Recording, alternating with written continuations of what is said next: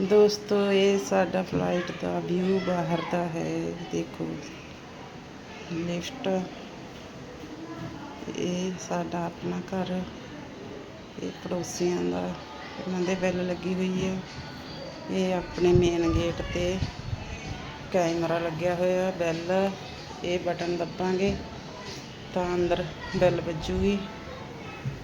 ਆਪਾਂ ਅੰਦਰ ਐਂਟਰ ਹੋ ਚੁੱਕੇ ਤੇ ਇਹ ਅੰਦਰ ਫੋਨ ਸਕਰੀਨ ਲੱਗੀ ਹੋਈ ਆ।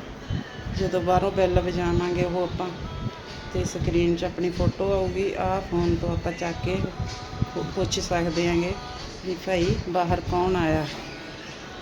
ਇਹ ਹੈ ਆਪਣਾ ਡਰਾਇੰਗ ਰੂਮ।